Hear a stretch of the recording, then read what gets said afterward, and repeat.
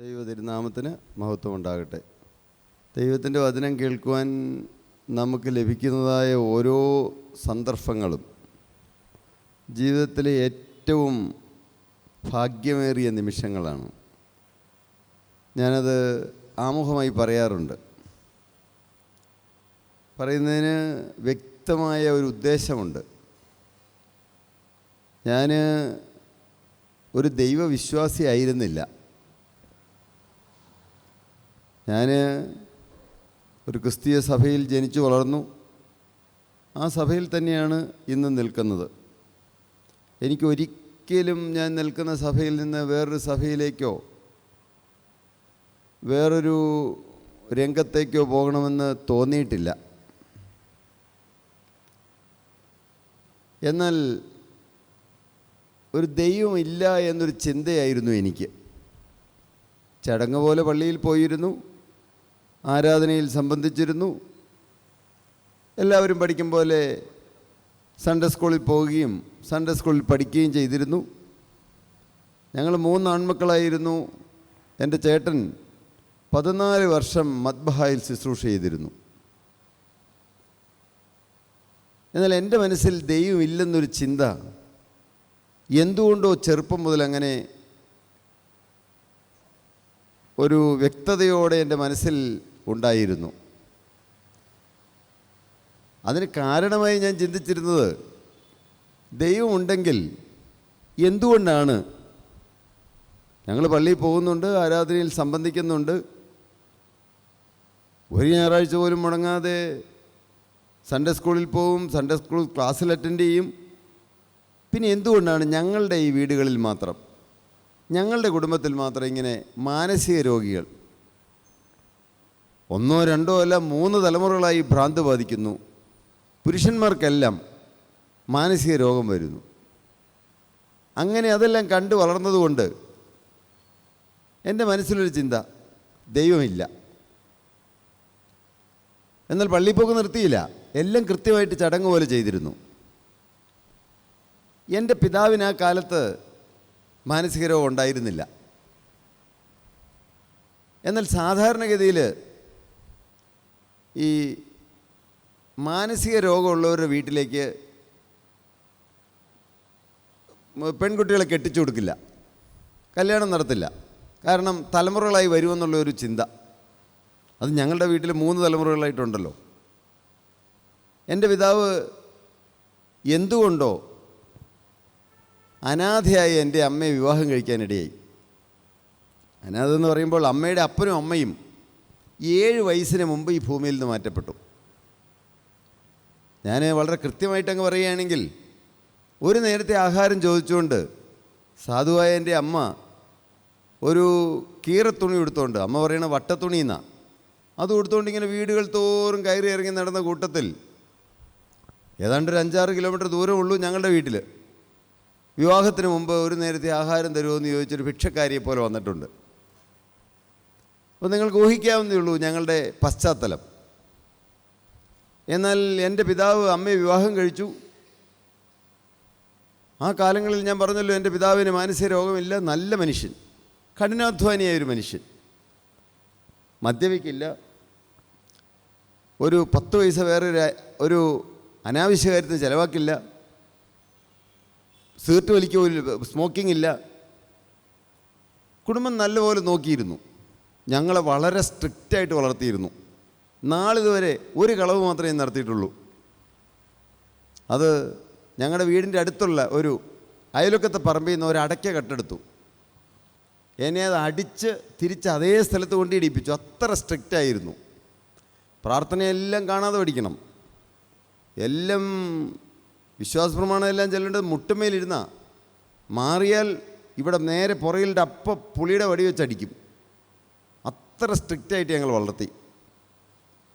എന്നാൽ ഞങ്ങൾ കുഗ്രാമത്തിലാണ് ജീവിച്ചിരുന്നത്. അതുകൊണ്ട് എൻ്റെ പിതാവിനൊരാഗ്രഹം, വെള്ളമൊന്നുമില്ല, വെളിച്ചമില്ല, 1 കിലോമീറ്റർ നടന്നു പോകണം വെള്ളം കൊണ്ടുവരാൻ, വഴിയുമില്ല.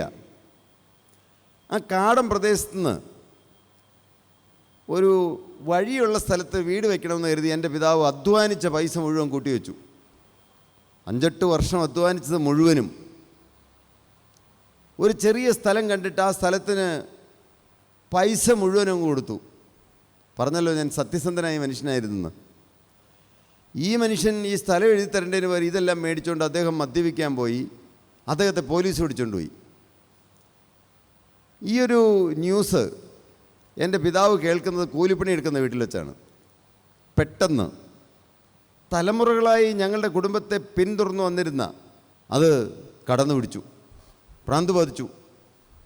പെട്ടെന്ന് അപ്പോൾ തന്നെ വലിയ ബഹളമൊക്കെ ഉണ്ടാക്കി ആ സ്ഥലം എഴുതി തരാത്ത ആളെ കൊല്ലൂ എന്നെല്ലാം പറഞ്ഞ് വലിയ ഒച്ചപ്പാടെല്ലാം ഉണ്ടാക്കിയപ്പോൾ കൂടെ പണിതുകൊണ്ടിരുന്ന കൂലിപ്പണിക്കാരും ആ വീട്ടിൻ്റെ മുതലാളിയും കൂടെ ചേർന്ന് പിടിച്ച് കയ്യും കാലുമെല്ലാം കയറുകൊണ്ട് കെട്ടി. പിന്നെയുള്ള കാലം ദുരിതങ്ങളുടെയും യാതനയുടെയും കാലമായിരുന്നു. ഞാനതെല്ലാം ഓർക്കുമ്പോൾ എല്ലാം ഞാനിങ്ങനെ പറഞ്ഞു വരുമ്പോൾ ഞാനൊരു പക്ഷേ വിതുമ്പിപ്പോവും. എനിക്ക് ദൈവത്തോട് നന്ദിയുണ്ട്. മരണത്തോളം ആ നന്ദി ഉണ്ടായിരിക്കണമെന്ന് ഞാൻ അതിയായി ആഗ്രഹിക്കുന്നതുകൊണ്ടാണ്. പ്രിയപ്പെട്ടവരെ, അന്നെല്ലാം എന്തുമാത്രം ദുരിതമായിരുന്നു. ഒരു നേരത്തെ ആഹാരത്തിന് ഞാൻ കരഞ്ഞിട്ടുണ്ട്.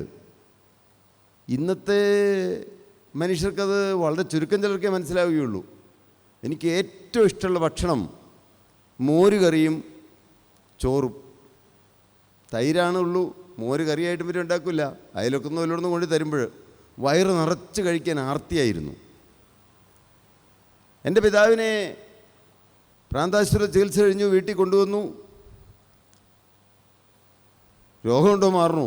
രോഗം മാറിയില്ല. ഷോക്ക് അടിപ്പിച്ചു, വിവിധ ട്രീറ്റ്മെൻറ്റുകൾ ചെയ്തു. അവസാനം ഡോക്ടേഴ്സ് ഉറക്കഗുളിക കഴിച്ചോളാൻ പറഞ്ഞ് ഒരു ദിവസം 12 ഉറക്കഗുളിക കഴിക്കണം വീട്ടിലേക്ക് പറഞ്ഞയച്ചു. എൻ്റെ അമ്മ ഒന്ന് അനാഥ, സ്വതവേ പാവമാണ്, കരയാൻ മാത്രമേ അറിയാവുള്ളൂ, പള്ളിക്കൂടത്തിൽ പോയിട്ടില്ല, വേദപുസ്തകം വായിക്കാൻ അറിയാൻ പാടില്ല. പക്ഷേ അമ്മ കൂലിപ്പണിക്ക് പോകാൻ ആരംഭിച്ചു. എങ്ങനെയാണ് എൻ്റെ പിതാവിന് ഈ രോഗത്തിന് മരുന്ന് മേടിച്ചു കൊടുക്കുന്നത്? അമ്മ കഷ്ടപ്പെട്ട് അധ്വാനിക്കും. ഉച്ചവരെ കൂലിപ്പണി ചെയ്ത് ബാക്കി സമയം ആ വീട്ടിലെ അടുക്കളപ്പണിയെല്ലാം ചെയ്തു കൊടുത്താൽ അവിടെ ബാക്കി വരുന്ന ചോറും കറികളും എല്ലാം ഒരു മൺചട്ടിയിലാക്കി കൊണ്ടുവരുന്നത്, ഇല കൊണ്ട് മൂടി കൊണ്ടുവരുന്നത് കഴിക്കാൻ ഞാൻ കൊതിയോടെ ഇരുന്നിട്ടുണ്ട്. ഒട്ടുമിക്ക ദിവസങ്ങളിലും ഞാൻ ഒരു 2 കൂട്ടം കറി കൂടുതൽ എനിക്ക് കൂട്ടുന്നത് ഇഷ്ടമല്ല. ഇന്നെല്ലാം സമൃദ്ധിയായിട്ടുണ്ട്. പക്ഷെ ഞാൻ അറിയാതെ ചിലപ്പോൾ വിതുമ്പും. ആരും കാണില്ല, ആരെയും കാണിക്കാതെ ഞാൻ ശ്രദ്ധിക്കും. കാരണം ഞാൻ ഒരു നേരത്തെ ആഹാരത്തിന് കരഞ്ഞിട്ടുണ്ട്. എനിക്ക് ദൈവത്തോട് നന്ദിയുണ്ട്.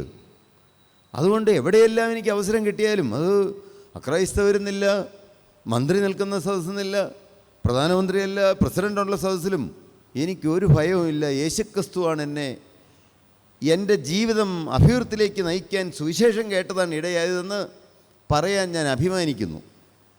ഒരു പേടിയില്ല എനിക്ക്. പ്രിയപ്പെട്ടവരെ, എനിക്ക് പാണ്ഡിത്യമൊന്നും അറിയാൻ പാടില്ല. ഏതോസം പല പ്രാവശ്യം വായിച്ചിട്ടുണ്ടെന്നുള്ള സത്യമാണ്. പക്ഷേ പലരും ഇന്ന് യേശുവിനെക്കുറിച്ച് പ്രസംഗിക്കുന്നവരുണ്ട്, പഠിച്ച പ്രബന്ധങ്ങൾ അവതരിപ്പിക്കുന്നവരുണ്ട്, വലിയ ആഴമേറിയ ജ്ഞാനങ്ങളൊക്കെ പ്രസ്താവിക്കുന്നവരുണ്ട്. ഞാൻ ആരെയും കുറ്റപ്പെടുത്തുകയല്ല. എന്നാൽ അവരിൽ പലരും ക്രിസ്തുവിനെ അനുഭവിക്കുന്നുണ്ടോ എന്നുള്ളതൊരു ചോദ്യചിഹ്നമാണ്. എന്നാൽ ഞാൻ വാസ്തവമായും യേശുക്രിസ്തുവിനെ അനുഭവിക്കുന്നു. Jesus Christ is a reality. Jesus Christ is the same yesterday, today and forever. അനന്യനായ ദൈവം, മാറ്റമില്ലാത്ത ദൈവം, ഞാൻ വിളിച്ചാൽ വിളി കേൾക്കുന്ന ദൈവം. ഞാനിതെല്ലാം പറയുമ്പോൾ ഇപ്പോഴും ഞാൻ യേശുവേ എന്ന് ഞാൻ വിളിക്കുമ്പോൾ എൻ്റെ അരികത്തേക്ക് ഇറങ്ങി ഓടി വരുന്ന ആ അനുഭവം അനുഭവിച്ചുകൊണ്ടാണ് പറയുന്നത്. ആരെല്ലാം ഇന്ന് ആവശ്യക്കാരായി വന്നിട്ടുണ്ട്? ആരെല്ലാം മനസ്സിലൊരിറ്റ് സമാധാനമില്ലാതെ ഹൃദയം നീറിപ്പോകുന്നവരായി വന്നിട്ടുണ്ട്? മനുഷ്യന് എന്നും സങ്കടമാണ്, എന്നും ദുഃഖമാണ്. മനുഷ്യന് ഈ ഭൂമിയിൽ എന്നും ദുഃഖവും ദുരിതവും യാതനയുമാണ്. ഒരു ഭക്തനായ കവി പാടി, ആത്മനിറവുണ്ടായിരുന്ന കവി, എന്താണ് പാടിയത്? ഭൂമിയിലോർക്കുകിൽ എന്തൊരു സാധ്യം, സങ്കടം മാത്രമീ ലോക സമ്പാദ്യം. എന്താണ് പാടിയതിൻ്റെ അർത്ഥം? ഭൂമിയിലെ കാര്യങ്ങൾ ഓർത്താൽ മനുഷ്യന് സങ്കടങ്ങളേ ഉള്ളൂ. എന്നാൽ എല്ലാ രീതിയിലുള്ള സൗഭാഗ്യങ്ങളും ദൈവം എനിക്ക് തന്നിട്ടുണ്ട്. മക്കളുണ്ട്, ഏറ്റവും എന്നെ സ്നേഹിക്കുകയും ഞാൻ സ്നേഹിക്കുകയും ചെയ്യുന്ന ഞങ്ങൾ തമ്മിൽ ഒരൊറ്റ ഹൃദയം. 4500ഓളം എംപ്ലോയീസ് ഉണ്ട്. ഇന്ത്യയിലും വിദേശ രാജ്യങ്ങളുമായി 13 ബ്രാഞ്ചുകൾ ഇപ്പോൾ ഞങ്ങൾക്കുണ്ട്. ലോകപ്രകാരം എല്ലാം ഉണ്ട്. കേവലം 250 രൂപ ശമ്പളത്തിനാണ് ഞാൻ മൂവാറ്റുപുഴ പട്ടണത്തിൽ വന്നത്. എന്നാൽ ഇന്ന് ഒരു മാസം ശമ്പളം കൊടുക്കാൻ ഏകദേശം 12.5 കോടി രൂപയിൽ കൂടുതൽ വേണം. ഒരു സൈക്കിളൊന്ന് ഉന്താൻ പോലും എനിക്ക് കിട്ടുമോ എന്നോർത്ത് കൊതിച്ചിട്ടുണ്ട് ഞാൻ. 100-ലേറെ വാഹനങ്ങളുണ്ട് ഞങ്ങൾക്ക്, സ്റ്റാഫിനെ കൊണ്ടുവരുവാനും കൊണ്ടുവിടുവാനും എല്ലാമായിട്ട്. എന്നാൽ എനിക്കും അനേകം സ്വകാര്യ ദുഃഖങ്ങളുണ്ട്. അതുകൊണ്ടാണ് ഞാൻ പാടിയത്. നിങ്ങളുമൊന്ന് ചിന്തിച്ച് നോക്കൂ. നിങ്ങളുടെ ഹൃദയത്തിൻ്റെ ആ അന്തരാളത്തിലേക്ക്, ആഴത്തിലേക്കൊന്ന് നോക്കൂ. ഞാനത് കൃത്യമായി മനസ്സിലാക്കിക്കൊണ്ട് തന്നെയാണ് പറയുന്നത്. കവിയെന്ന് പാടി, ആത്മനിറവിൽ പാടി, ജീവിതം ഓർക്കുകിൽ എന്തൊരു സാധ്യം, സങ്കടം മാത്രമീ ലോക സമ്പാദ്യം. അല്ലേ, സങ്കടം മാത്രമേ ഉള്ളൂ. എന്നും സങ്കടമാണ്. ഏതെല്ലാം കാര്യങ്ങളിലാണ് സങ്കടപ്പെട്ടിരിക്കുന്നത്. പിന്നെയും കവി പാടി, ലോകമത്യുൽക്കട സങ്കടക്കടലിൽ. ഈ ലോകത്തിലെ മുഴുവൻ മനുഷ്യനും ഒരു സങ്കടക്കടലിലാണെന്ന്. നാം ഒരു കടലിൻ്റെ നടുക്കാണെന്ന് സങ്കല്പിക്കൂ. കടലിൽ എന്തുണ്ട്? ഓളങ്ങളുണ്ട്, തിരമാലകളുണ്ട്, അത് ആഞ്ഞു വീശും. ചിലപ്പോൾ ശാന്തമായിരിക്കും. എന്നാൽ ഓളങ്ങളേറ്റ് അലഞ്ഞ് വലഞ്ഞ് വിഷമിച്ച് ആദി പിടിച്ച് ജീവിക്കുന്ന ഒരു മനുഷ്യ സമൂഹത്തെയാണ് നമുക്ക് എവിടെയും കാണാൻ കഴിയുകയുള്ളൂ. എന്നാൽ അവസാനത്തെ സ്റ്റാൻസ പാടിയപ്പോൾ ഇങ്ങനെ പാടി, താഴുകിൽ താൻ മതി ജീവിത പടകിൽ. തൊട്ടടുത്ത കാര്യം എന്താണെന്നറിയോ?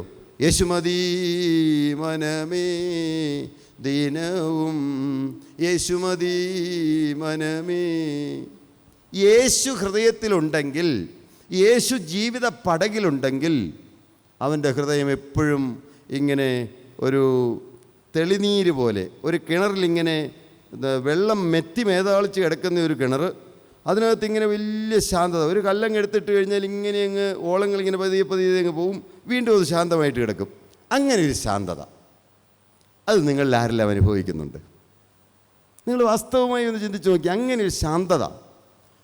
ഞാൻ പറയുകയാണെങ്കിൽ 300-ലേറെ CEO അങ്ങനെ അടക്കം മാനേജർമാർ ഞങ്ങളുടെ സ്ഥാപനത്തിലുണ്ട്. 300 പേര് ഭരണകർത്താക്കൾ തന്നെ. ഡയറക്ടർ ബോർഡുണ്ട്. ഈ വിവിധ സ്ഥലങ്ങളിലുള്ള എംപ്ലോയീസ് എല്ലാം ഉണ്ട്. ഇവരെയൊക്കെ നിയന്ത്രിക്കാനും ഇവരെയൊക്കെ കൺട്രോൾ ചെയ്യാനും ഈ 10ാം ക്ലാസ് മാത്രം പഠിച്ച, യാതൊരു ബുദ്ധിയും ഇല്ലാതിരുന്ന, യാതൊരു കാര്യപ്രാപ്തി ഇല്ലാതിരുന്ന മനുഷ്യന് സാധിക്കുക എന്ന് പറഞ്ഞാൽ അത് അസാധ്യമാണ്. എന്നാൽ ജീവനുള്ള ക്രിസ്തു ഉള്ളിൽ വരുമ്പോൾ കിട്ടുന്നതായ ധൈര്യം, ക്രിസ്തു ഉള്ളിൽ വരുമ്പോൾ, ക്രിസ്തു എൻ്റെ കരത്തിൽ പിടിച്ചിരിക്കുന്നുള്ള ആ ഒരു ഉറപ്പ് നമുക്ക് ലഭിക്കുമ്പോൾ കിട്ടുന്നതായ ആ ഒരു പ്രത്യേക അനുഭൂതി. എന്ത് പ്രശ്നം വന്നാലും എനിക്ക് യേശു ഉണ്ട് ഈ മരുവിൽ എന്നുള്ള ചിന്ത, എല്ലാമായി എൻ്റെ അരികിൽ ക്രിസ്തു ഉണ്ടെന്നുള്ള ആ വ്യക്തമായ കാഴ്ചപ്പാട്. അങ്ങനെ വരുമ്പോൾ ക്യാൻസർ വന്നാൽ പേടിയില്ല. വീട്ടിലൊരു അത്യാഹിതം നടന്നാൽ സങ്കടമുണ്ടാകും, പക്ഷേ എൻ്റെ ദൈവം അത് നന്മയ്ക്കാക്കി തീർക്കുമെന്നുള്ള ഉറപ്പ്. ഒരു കടബാധ്യത വന്നാൽ, അല്ലെങ്കിൽ പോരുന്ന വഴിക്കൊരു പെട്ടെന്ന് വണ്ടി ഇടിച്ചു, ഒരു അത്യാഹിതം വന്നു, അതും നന്മയ്ക്ക്. എല്ലാം നന്മയ്ക്കെന്ന് ചിന്തിക്കാൻ ഇടയാകുക. കാരണം ക്രിസ്തു ജീവിതപ്പടകിലുണ്ടെങ്കിൽ പിന്നെ എന്തിനു പേടിക്കണം? എപ്പോൾ മരിച്ചാലെന്താണ്? ഏത് സമയത്ത് മരിച്ചാലെന്താണ്? എപ്പോൾ മരിച്ചാലും ഞാൻ കർത്താവിൻ്റെ രാജ്യത്തിലേക്ക് പോകുന്നുള്ള ഉറപ്പ്. പ്രിയപ്പെട്ടവരെ, ആ ഉറപ്പ് ഇന്ന് നിങ്ങളിൽ ആർക്കെല്ലാം ഉണ്ട്? ആരുടെ എല്ലാം ഹൃദയത്തിൽ ആ വ്യക്തമായി ഉറപ്പുണ്ട്. അവർ ഈ ഭൂമിയിലേക്ക് വെച്ച ഏറ്റവും വലിയ ഭാഗ്യശാലികളാണ്. ഏറ്റവും വലിയ ഭാഗ്യശാലികൾ. നിങ്ങൾ പലരും സുവിശേഷം കേട്ടിട്ടുള്ളവരാണ്. എന്നാൽ എന്തുമാത്രം സുവിശേഷം കേട്ടു എന്നുള്ളതിലല്ല, വാസ്തവമായും ഇന്ന് നാം ക്രിസ്തുവിനെ അനുഭവിക്കുന്നവരാണോ? ക്രിസ്തു എൻ്റെ കരത്തിൽ പിടിച്ചിട്ടുണ്ടെന്നുള്ള ഉറപ്പ്. ഞാൻ എൻ്റെ ജീവിതം എന്നേക്കുമായി ക്രിസ്തുവിന് തീരെഴുതി കൊടുത്തു. എനിക്കിനി ജീവിക്കുന്നത് ഞാൻ ക്രിസ്തുവിന് വേണ്ടി ജീവിക്കുന്നു. മരിച്ചാലും ജീവിച്ചാലും ഞാൻ ക്രിസ്തുവിനുള്ളവൻ തന്നെ. ആ ഒരു വ്യക്തമായ ഉറപ്പ് നമുക്കുണ്ടോ? മത്തായി സുവിശേഷം 7-ാം അധ്യായം 22-23 വാക്യം. കർത്താവേ, കർത്താവേ, നിന്റെ നാമത്തിൽ ഞങ്ങൾ പ്രവചിക്കുകയും നിന്റെ നാമത്തിൽ ഭൂതങ്ങളെ പുറത്താക്കുകയും നിന്റെ നാമത്തിൽ വളരെ വീര്യപ്രവർത്തികൾ പ്രവർത്തിക്കുകയും ചെയ്തില്ലയോ എന്ന് പലരും ആ നാളിൽ എന്നോട് പറയും. കേൾക്കൂ, എന്താണ് ചോദിച്ചത്? ആരായിരിക്കും ചെന്ന് ചോദിക്കുന്നത്? ദൈവവേല ചെയ്തവരായിരിക്കും അല്ലേ? അല്ലാത്തവർക്ക് എന്ന് ചോദിക്കാൻ പറ്റുമോ? കർത്താവേ, കർത്താവേ, നിന്റെ നാമത്തിൽ ഞങ്ങൾ എന്തൊക്കെ ചെയ്തു? പ്രവചിച്ചവർ. യേശുക്രിസ്തുവിൻ്റെ നാമത്തിൽ ആ ഒരു പ്രവചനത്തിൻ്റെ ആത്മാവുണ്ടായിരുന്നവർ, അഥവാ പ്രവചിച്ചവർ, യേശുവിൻ്റെ നാമത്തിൽ പലതും ചെയ്തവർ.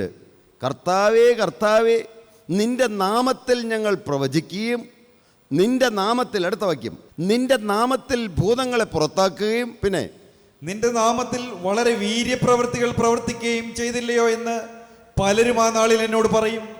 വലിയ വീരകൃത്യങ്ങളൊക്കെ ചെയ്യുന്ന ആളുകളുണ്ട്. ഞാൻ ഡൻകെയർ തുടങ്ങിയപ്പോൾ ചിലർ പറഞ്ഞു, അപ്പൻ്റെ മാതിരി മോനും എന്തോ കാര്യമായി തകരാറുണ്ട്. 20 ലക്ഷം രൂപ വേണം അന്നത്തെ കാലത്ത് സ്ഥാപനം തുടങ്ങണമെങ്കിൽ. 250 രൂപ മാസ ശമ്പളം. മനുഷ്യ കുറ്റം പറയാൻ പറ്റുമോ? വലിയ ലോണൊക്കെ എടുത്ത് സ്ഥാപനം തുടങ്ങി. ചിലർ പറഞ്ഞു വലിയ വീരകൃത്യത്തിന് ഇറങ്ങി പുറപ്പെടുകയാണെന്ന്. ഇതല്ല പറഞ്ഞത്. വീര്യപ്രവൃത്തികൾ യേശുക്രിസ്തുവിൻ്റെ നാമത്തിൽ ചെയ്യുന്നവരുടെ കാര്യമാണ് പറഞ്ഞത്.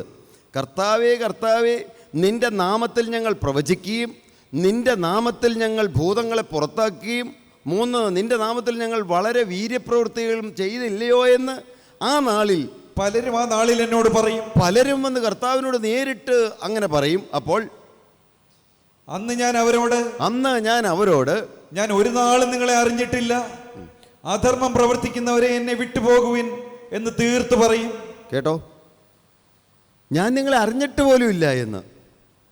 യേശുക്രിസ്തുവിൻ്റെ ആത്മാവിലാണെന്നുള്ള വ്യാജേന പല അത്ഭുതങ്ങൾ ചെയ്യുന്നവരുണ്ട്. ഫറവോൻ്റെ അടുത്ത് ചെന്നപ്പോൾ മോശ ചെയ്തു അത്ഭുതം, അതേ അത്ഭുതം തന്നെ മന്ത്രവാദികളും ചെയ്തു. പ്രിയപ്പെട്ടവരെ, എന്താണ് പറഞ്ഞതിൻ്റെ അർത്ഥം?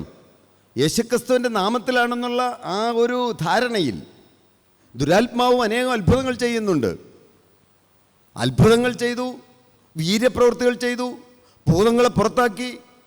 ചില മന്ത്രവാദികളൊക്കെ ഭൂതങ്ങളെ പുറത്താക്കുന്നവരുണ്ട്, പറഞ്ഞു കേട്ടിട്ടുണ്ട്. എന്താണ് പറഞ്ഞു വന്നത്? കർത്താവേ, കർത്താവേ, നിന്റെ നാമത്തിൽ ഞങ്ങൾ പ്രവചിക്കുകയും നിന്റെ നാമത്തിൽ ഭൂതങ്ങളെ പുറത്താക്കുകയും നിന്റെ നാമത്തിൽ വളരെ വീര്യപ്രവൃത്തികൾ പ്രവർത്തിക്കുകയും ചെയ്തില്ലയോ എന്ന് പലരും അന്നാളിൽ എന്നോട് ചോദിക്കും. എന്നാൽ കർത്താവ് എന്താണ് മറുപടി പറയാൻ പോകുന്നത്? എന്താണ്? ഒന്നുകൂടെ വായിക്കൂ. അന്ന് ഞാൻ അവരോട് ഞാൻ ഒരു നാളും നിങ്ങളെ അറിഞ്ഞിട്ടില്ല, അധർമ്മം പ്രവർത്തിക്കുന്നവരെ എന്നെ വിട്ടു പോകുവിൻ എന്ന് തീർത്തു പറയും. ഞാൻ അവരോട് തീർത്തു പറയുമെന്ന്. ഓരോ വാക്കിനും ഘനഗാംഭീര്യമുണ്ട്. തീർത്തു പറയുമെന്ന്.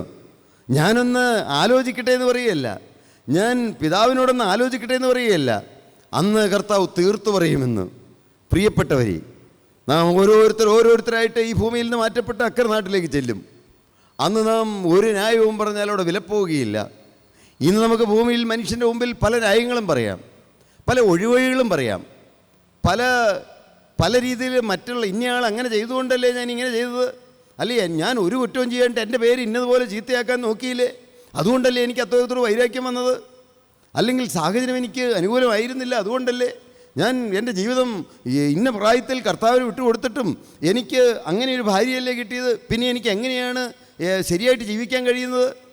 ഇങ്ങനെയുള്ള ന്യായവാദങ്ങളെല്ലാം നമുക്ക് ഈ ഭൂമിയിൽ വെച്ച് പറയാൻ കഴിയും.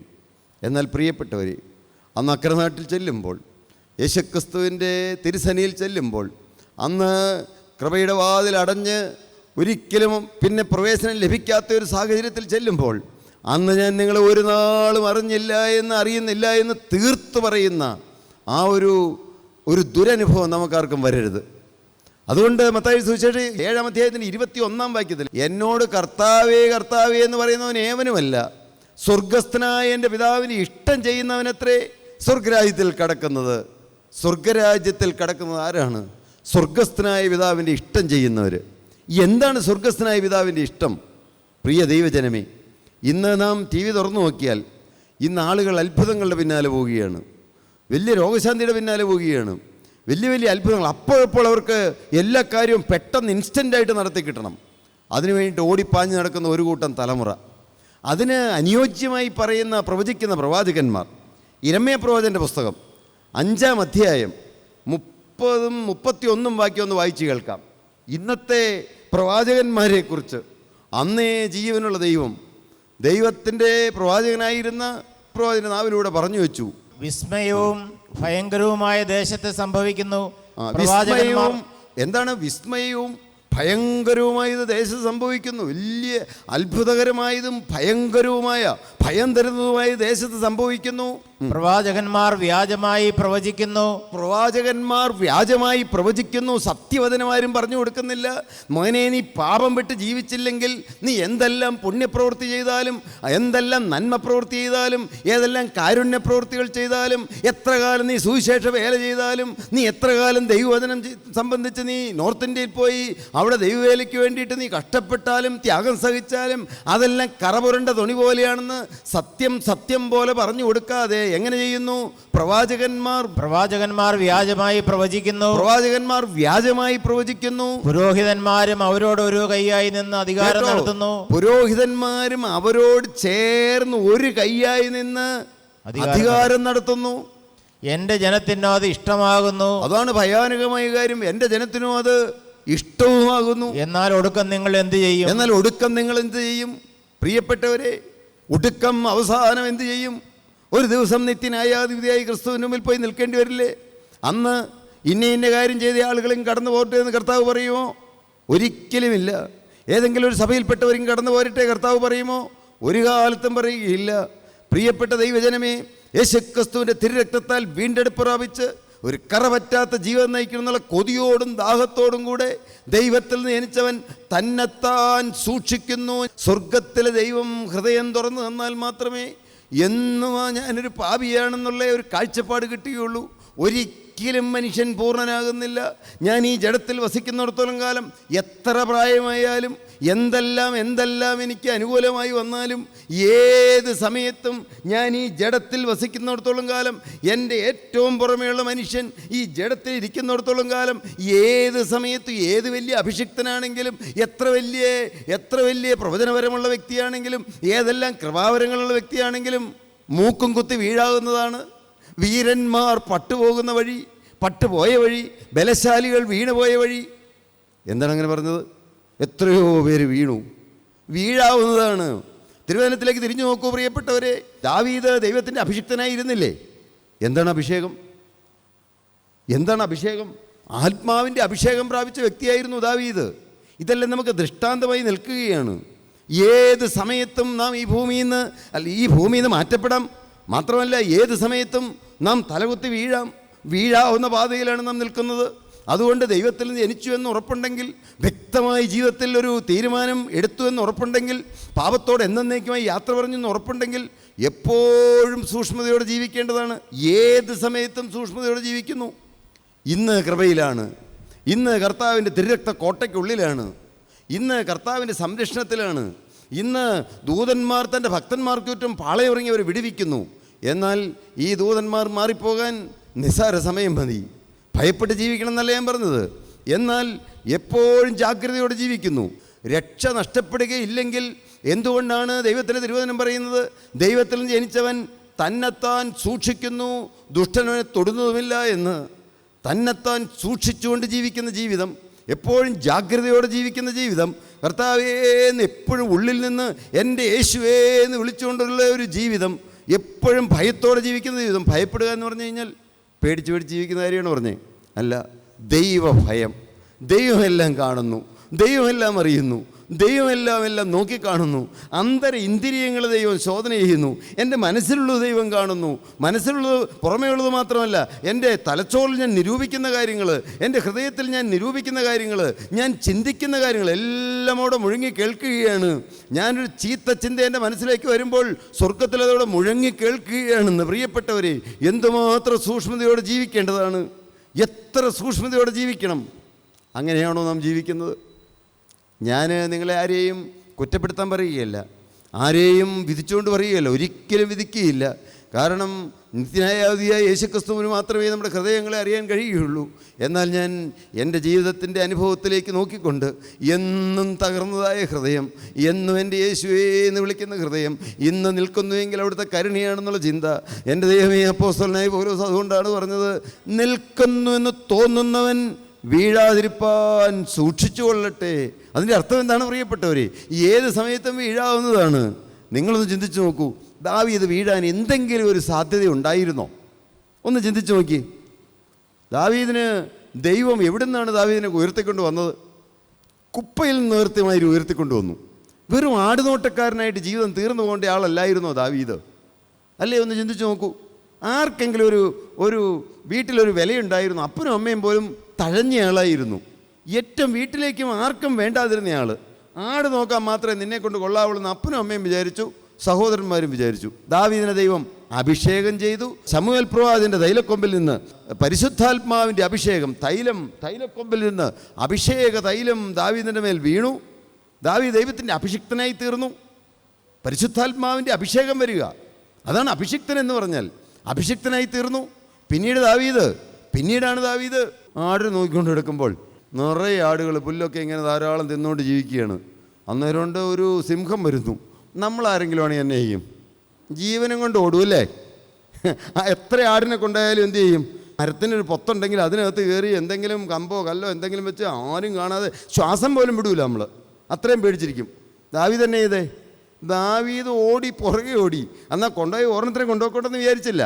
ദാവീദ് പുറകെ ഓടിച്ചെന്ന് സിംഹത്തെ പിടിച്ചു നിർത്തിയിട്ട് സിംഹത്തിൻ്റെ വാ തുറന്നിട്ട് ആ സിംഹത്തിൻ്റെ വായിൽ നിന്ന് ആട്ടുംകുട്ടി പിടിച്ചെടുത്തു. ഒന്ന് ആലോചിച്ച് നോക്കൂ. ദാവീദിൻ്റെ വീഴ്ചയാണ് പറയുന്നത്. എന്തൊരു ആത്മാവിൻ്റെ ധൈര്യം വരുമ്പോൾ, ആ ദൈവത്തിൻ്റെ പരിശുദ്ധാത്മാവിൻ്റെ അഭിഷേകം വരുമ്പോൾ ലഭിക്കുന്നതായ ധൈര്യം. പ്രിയപ്പെട്ടവരെ, അങ്ങനെ അഭിഷേകം കിട്ടി. നമ്മൾ പലരും കരുതിയേക്കണേ ദാവീദ് പണ്ടേ ആട് നോക്കാൻ പോകുമ്പോൾ തന്നെ ഇങ്ങനെ സിംഹത്തെ നോക്കി നടന്ന് സിംഹത്തെ ഒരു പേടിയില്ലാണ്ടായി. നല്ല, നിങ്ങൾ ശരിക്കും വായിച്ചു നോക്കൂ. അഭിഷേകം കിട്ടിയതിന് ശേഷമാണ് ഇതൊക്കെ നടന്നത്. അതിന് ശേഷമാണ് ഗോലിയാത്തിനെ സകല ആളുകളും, ഒരു സൈന്യം മുഴുവൻ കിലുകില വിറയ്ക്കുന്നു. ആളെ കണ്ടാൽ തന്നെ പേടിയാവും. അങ്ങനെയുള്ള ഗോലിയാത്തിനെ വെറും 5 കല്ലും കൊണ്ട് ഒരു കവിണ വെച്ച് തീർത്ത ദാവീദ് എന്തൊരു ധീരനായിരുന്നു. എന്നാൽ ആ ദാവീദ്, അഭിഷേകം ഉണ്ടായിരുന്നു ദാവീദിന് ദൈവം എല്ലാം കൊടുത്തു. എല്ലാം കിട്ടുമ്പോൾ നമ്മൾ പ്രത്യേകം സൂക്ഷിക്കണം. എല്ലായിടത്തും സമൃദ്ധിയാണെങ്കിൽ പ്രത്യേകം ശ്രദ്ധിക്കണം. മക്കളെല്ലാം വളരെ നല്ലവരാണ്, ആത്മീയരായിട്ട് ജീവിക്കുന്നു. അതുപോലെ തന്നെ മക്കളെല്ലാം മിടുമിടുക്കരായി പഠിച്ച് ഉയർന്നു പോകുന്നു. ഒരു വേദനയില്ല, സങ്കടവും ഇല്ല. അപ്പോൾ സാമ്പത്തികമായി നല്ല ഇഷ്ടം പോലെ എല്ലാം ഉണ്ട്, എല്ലാം ധാരാളമായിട്ടുണ്ട്. തലകളെ വണക്കാം. കർത്താവേ, എൻ്റെ ദാതാ, എൻ്റെ രക്ഷക, അവിടുന്ന് ഞങ്ങളുടെ കൂടെ. കർത്താവേ, അവിടുന്ന് ഉള്ളതിനായി സ്തുതി. കർത്താവേ, അവിടുത്തെ വചനം ഞങ്ങൾക്ക് തന്നതിനായി സ്തുതി. ഈ പ്രിയപ്പെട്ട മക്കളെ അവിടുന്ന് സ്നേഹിച്ച് നിത്യജീവൻ്റെ വചനം കർത്താവേ അവിടുന്ന് പറഞ്ഞു കൊടുത്തതിനായി സ്തുതി. കർത്താവേ, ആത്മാവിൻ്റെ വചനം അവിടുന്ന് വിതയ്ക്കാൻ കർത്താവ് ഭാഗ്യം തന്നതിനായി സ്തുതി. കർത്താവേ, പാപബോധവും കുറ്റബോധവും തരുന്ന വചനം ഞങ്ങൾക്ക് അവിടുന്ന് തന്നതിനായി സ്തുതി. കർത്താവേ, നിന്റെ നാമത്തിൽ ഞങ്ങൾ ഭൂതങ്ങളെ പുറത്താക്കി, നിന്റെ നാമത്തിൽ ഞങ്ങൾ വീര്യപ്രവൃത്തികൾ ചെയ്തു, നിന്റെ നാമത്തിൽ ഞങ്ങൾ പല അത്ഭുതങ്ങളും ചെയ്തു. എന്നാൽ അന്ന് അവസാന ദിവസം ഞങ്ങളോട് വന്നു നിൽക്കുമ്പോൾ, ഞാൻ നിങ്ങളെ അറിയുന്നില്ല, നിങ്ങൾ വിട്ടുപോകുകയെന്ന് തീർത്തു പറയുന്ന ശബ്ദം ഞങ്ങൾക്കാർക്കും കേൾക്കാൻ ഇടവരരുതേ.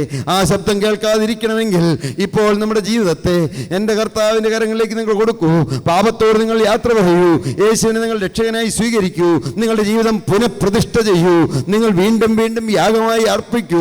നിങ്ങളുടെ ശരീരങ്ങളെ അർപ്പിക്കൂ, ഉള്ളിലുള്ള അവയവങ്ങളെ അർപ്പിക്കൂ, ആന്തരിക അവയവങ്ങളെ അർപ്പിക്കൂ, പുറമെയുള്ള അവയവങ്ങളെ അർപ്പിക്കൂ, പഞ്ചേന്ദ്രിയങ്ങളെ അർപ്പിക്കൂ. മുഴുവനായി നമുക്ക് സമർപ്പിക്കാം. അരുമനാഥനായ യേശുവിൻ നാമത്തിൽ പ്രാർത്ഥിക്കുന്നു, കേൾക്കണമേ. ആമേൻ.